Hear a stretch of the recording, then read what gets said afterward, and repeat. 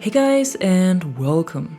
In my last video I was talking about some general gameplay mechanics that were added or changed with update 2.0 in Battlefield 2042, and today I want to focus on the weapon changes that were made and that you might have not recognized yet as well. But I want to start with one change that is definitely recognizable and that has caused a bit of controversy as well, and that's the adjustment in headshot multiplier for assault rifles and SMGs. Before the update, the multiplier for both weapon types was 2, so you dealt 2 times the damage to the head that you dealt to the upper body, but with the latest update this was adjusted and the multiplier to assault rifles was raised to 2.15 and the multiplier for SMGs was reduced to 1.25.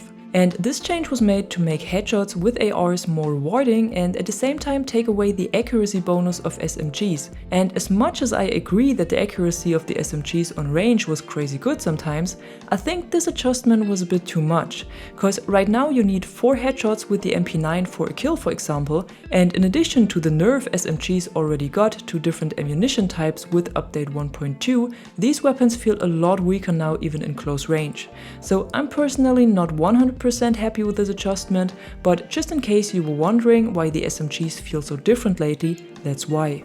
Another weapon that was adjusted damage-wise is the M44 Revolver, but here the damage was increased at least within a certain range. Cause since the update the Revolver kills an enemy with only 2 shots to the body within a range of 100 meters. This range was lower before and you already needed 3 bullets at 100 meters, but now you only need 2. If you manage to successfully aim for the head at this range, the M44 is even 1 shot. So a very nice adjustment for a weapon that requires a certain amount of skill in combat. And then there was also a small change made to the G57 pistol, but here it's not the damage but only the ammo capacity.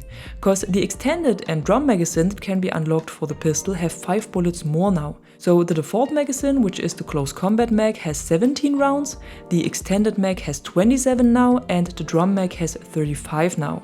This was increased to make the gap between the default magazine and the unlockable magazines a bit bigger and make it feel more rewarding to unlock them. I personally used the drum mag on the G57 and the higher amount of bullets definitely comes in handy, especially when you use it in burst fire against multiple opponents. And then there are also some good news for everyone who loves to play the BSV-M and the Ghostmaker R10, cause when they were added as part of Season 1 3 months ago, both weapons got you spotted on the minimap when shooting, even though the Ghostmaker is a completely silent weapon and the BSV-M only has suppressors as barrel attachments. So it would have been logical that the Ghostmaker doesn't have any spotting at all and the BSV-M only in close range, just like the normal light suppressors. This was not the case when they were released, but with update 2.0 this was changed and both weapons do exactly what you would expect them to do. So the Ghostmaker gives you full minimap stealth now and you won't appear as a red dot on the enemy's minimap at all, no matter if you are standing right next to them or if you are at the edge of the map, and the only thing that is still recognizable is the sound of the bolts, but no minimap spotting when shooting. For the BSV-M, the minimap stealth is limited, similar to the light suppressors you can equip to other weapons, and that means when you are within a range of 10 meters to the enemy, you will get spotted on their minimaps when shooting, but when you are outside of this range, you will not get spotted anymore. So only the enemies in close proximity can see you, while all others can't. The stealth hit markers you have in combination with the subsonic ammo are also still available and make the weapon even better for sneaky combat. But the BSV-M also received a little nerf, cause the recoil penalty you have when shooting the weapon in full auto mode was further increased with the last update. It's not much, but a little more, and only when shooting the weapon in full auto mode. When it's shot in single fire, the recoil is still the same that it was right from the start. And then a word about the aim down sights bug, cause even though this wasn't mentioned in the patch notes, the bug got a little fix and it seems to occur a lot less now than before.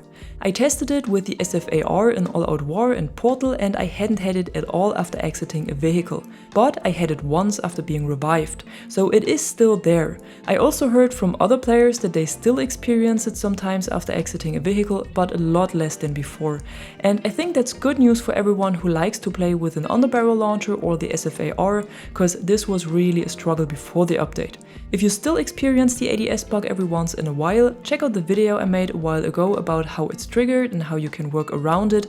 Maybe that helps you to avoid getting it at all.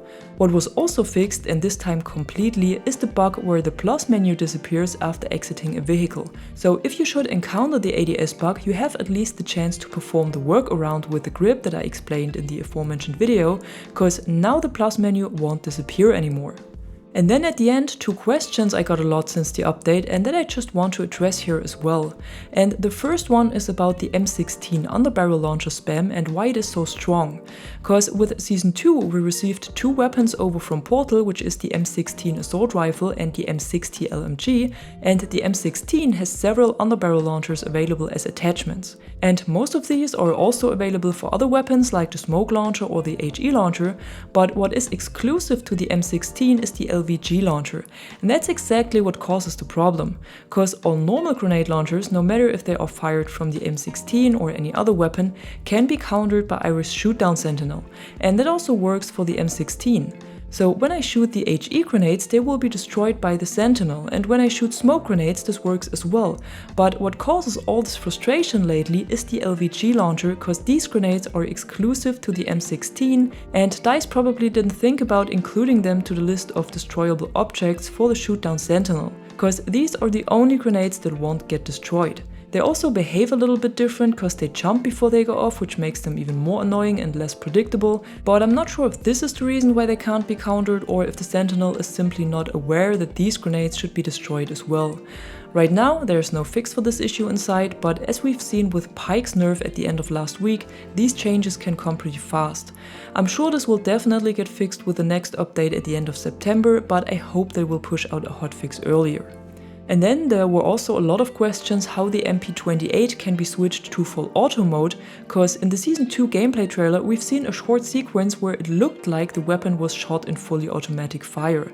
And I watched this scene several times, but I'm honestly not sure if this was fired in full auto or if this was just a very fast trigger finger.